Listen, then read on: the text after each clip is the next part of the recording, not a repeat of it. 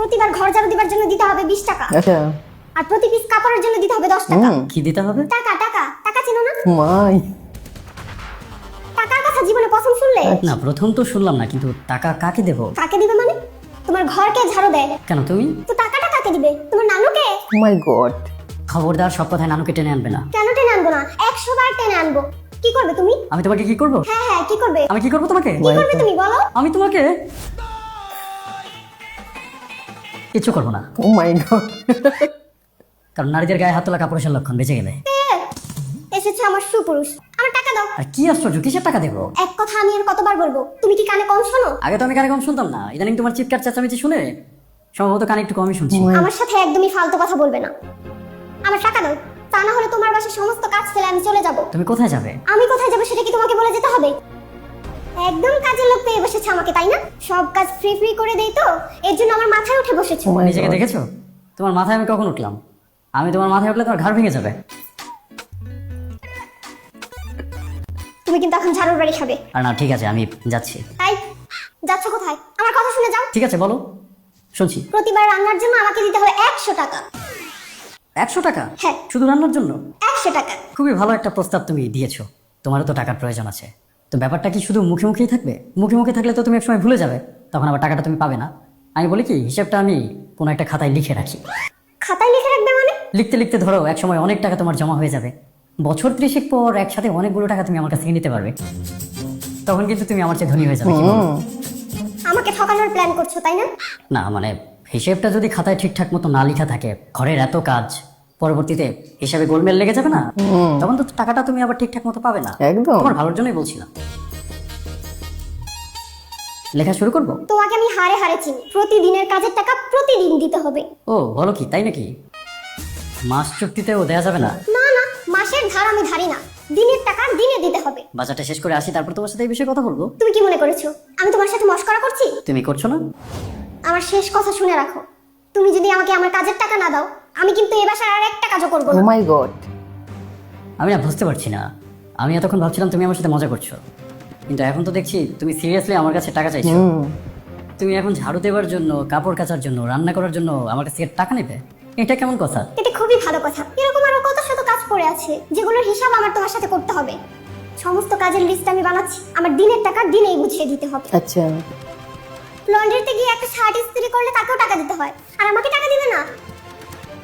একটা করে বড়টা বাইরে গিয়ে কয় টাকা করে কিনে খাও, আর আমি যে বানিয়ে দেই আমাকে কয় টাকা দাও? আচ্ছা তুমি বাইরের মানুষের সাথে নিজের তুলনা করছো কেন? বাইরের মানুষ তো টাকা নেবেই, কারণ সে টাকা নিয়ে তার নিজের সংসার টাকা চালাবে। আমিও তো একটা কোম্পানিতে জব করি, সেখান থেকে আমি স্যালারি কেন নিই? যাতে আমার সংসারটা আমি ঠিকঠাক মতো চালাতে পারি। প্রত্যেকটা মানুষই উপার্জন করে তার সংসারের জন্য। এখন বাইরে থেকে এত কষ্ট করে উপার্জন করে নিয়ে আসার পর সংসারের ভেতরের মানুষেরা যদি টাকা চাইতে শুরু করে, তাহলে সংসারটা চলবে কিভাবে? তোমার সংসার, তোমার সংসারে তুমি কাজ করবে, এটার জন্য যদি তোমাকে আবার আলাদা করে টাকা দিতে হয়, তাহলে তো সংসার চালানো মুশকিল হয়ে যাবে। একদম মুশকিল হলে হবে, আমি আর তোমার কাছে ঠকতে চাই না। এই সংসারের সমস্ত কাজকর্ম তুমি নিজের হাতে করছো, তার বিনিময়ে আমি তোমাকে কোনো টাকা দিচ্ছি না। এজন্য তোমাকে ঠকানো হচ্ছে। হ্যাঁ অবশ্যই ঠকাচ্ছ, দিনের পর দিন আমাকে ঠকাচ্ছ। সমস্ত কাজ আমাকে দিয়ে ফ্রিতে করিয়ে নিচ্ছ। বোঝো উপার্জনের কাণ্ড। পাশাপাশি সংসারের আরো অনেক কাজ তো আমি করি। তোমার যেমন 10টা কাজ আছে, আমারও 10টা কাজ আছে। তুমি যেমন রান্না করো, আমাকেও বাজার করতে হয়। আমি তুলনা করছি না, আমি শুধু বলছি যে কাজ তো আমিও করি। যদি এখন তোমারই সংসারে করা, তোমার কাজের বিনিময়ে তুমি টাকা চাও, তাহলে আমি যে কাজ করছি আমার কাজের টাকা আমাকে কে দেবে শুনি? তুমি শুধু তোমার হিসেবটাই জানো, আমার হিসেবটা করার প্রয়োজন বোধ করছো না। এটা কি এক ধরনের স্বার্থপরতা হয়ে গেল না? তোমার কম্পিউটার শেখার ইচ্ছা ছিল, আমি তোমাকে শেখার ব্যবস্থা করে দিয়েছি। আমি আমার সারা জীবনের সমস্ত উপার্জন দিয়ে তোমার জন্য একটা বুটিক শপ চালু করার ব্যবস্থা করছি। সেটা আমি না করলেও পারতাম। আমি জানি সংসারে তোমার অনেক কাজ, অনেক কষ্ট তোমাকে করতে হয়, কিন্তু কষ্ট তো তুমি একা করো না। সকালবেলা যখন আমাদের নাস্তা বানানোর জন্য তোমাকে ঘুম থেকে উঠতে হয়, তখন কিন্তু আমাকেও ঘুম থেকে উঠতে হয় অফিসে যাওয়ার জন্য। এমনটাও তো হচ্ছে না যে সব কাজ শুধু তুমি একাই করছো, আমি কিচ্ছু করছি না। আমরা দুজনেই দুজনের জায়গা থেকে কাজ করে যাচ্ছি। সেই হিসেবে দুজনের প্রতি দুজনের শ্রদ্ধাবোধটা তো থাকতে হবে, তাই না? আমি যেমন তোমার কাছে হুট করে আমার করা কাজের বিনিময়ে টাকা চেয়ে বসতে পারি না, তুমিও তো পারো না। টাকা দিলে কি সব কাজ হয়ে যায়? আমি আর একসাথে এতগুলো কাজ করতে পারবো না। তুমি কি মানুষকে দিয়ে এতগুলো কাজ করাতে পারবে? আর টাকা দিয়ে করালে কি তারা এত ভালো করে কাজ করবে? না, একদমই করবে না।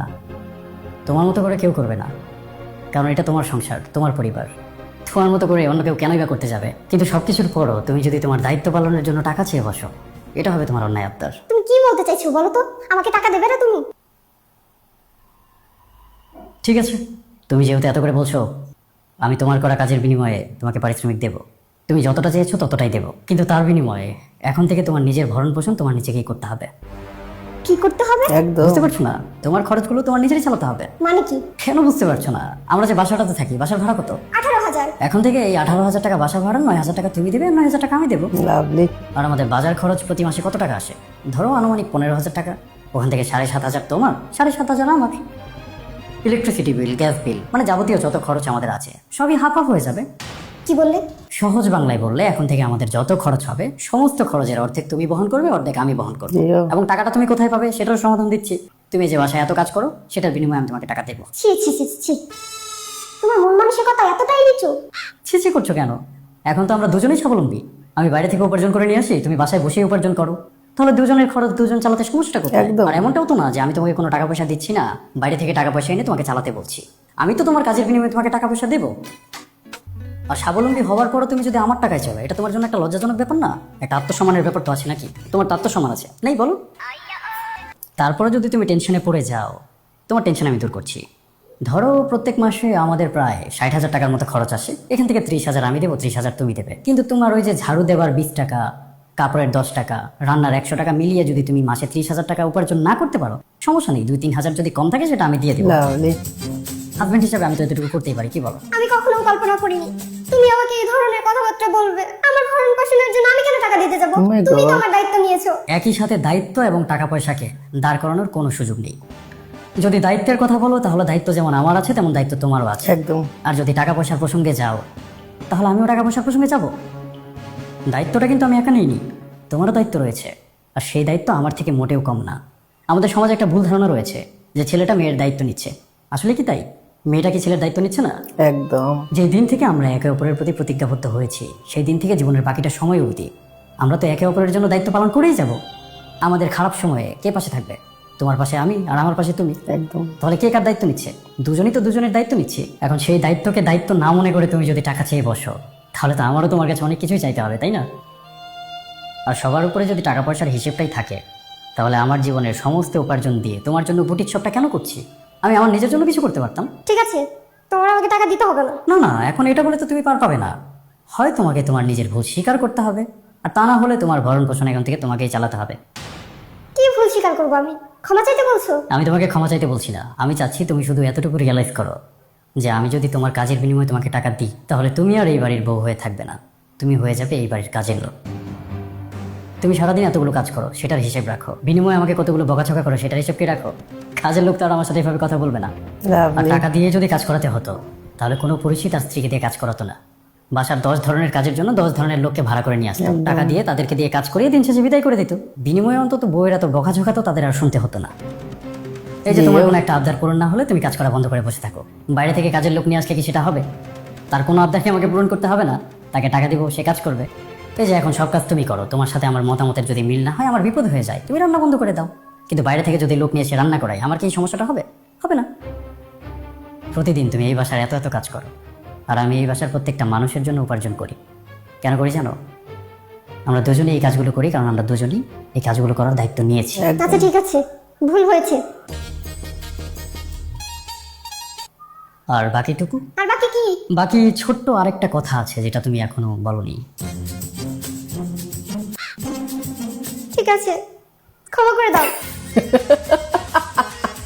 আর এসব বলবো ও না। মাই না না গড। ঠিক আছে, ক্ষমা চাইতে হবে না। নিজে চাইতে বললা, আবার বলছে চাইতে হবে না। তোমার যদি এমনি কোনো প্রয়োজনে টাকার দরকার হয়, তুমি তো আমাকে সরাসরি বললেও পারতে। এমনি এমনি চাইলেও তো আমি তোমাকে টাকা দিতাম, তাই না?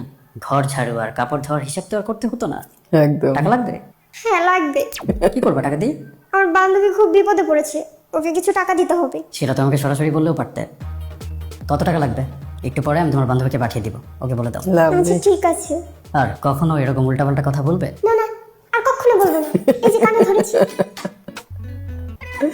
ও মাই গড। কানে ধরলে কিন্তু তোমাকে সুন্দরই লাগে। তুমি সারাদিন এভাবে কানে ধরে থাকতে পারো না? যা তো তুমি। ও লাভলি। এই ভিডিওটা সকল সেই সব মেয়েদের দেখা উচিত যারা এটা ভাবো যে আমি আমার হাজবেন্ডের সংসারে কাজ করছি, এই কাজের বিনিময়ে আমার টাকা চাই। ও কি বানিয়েছো ভাই, এটা দেখে প্রত্যেকটা পুরুষ খুশ হয়ে যাবে। লাভলি, আমার তো হেব্বি লেগেছে। এটা প্রত্যেকটা মেয়ের দেখা উচিত, তবে তোমাদের মেন্টালিটি চেঞ্জ হবে, ধারণা চেঞ্জ হবে। সত্যি অসাধারণ ভিডিও, আমার মন ছুঁয়ে গেছে, আশা করি তোমাদেরও মন ছুঁয়ে যাবে। লাভলি।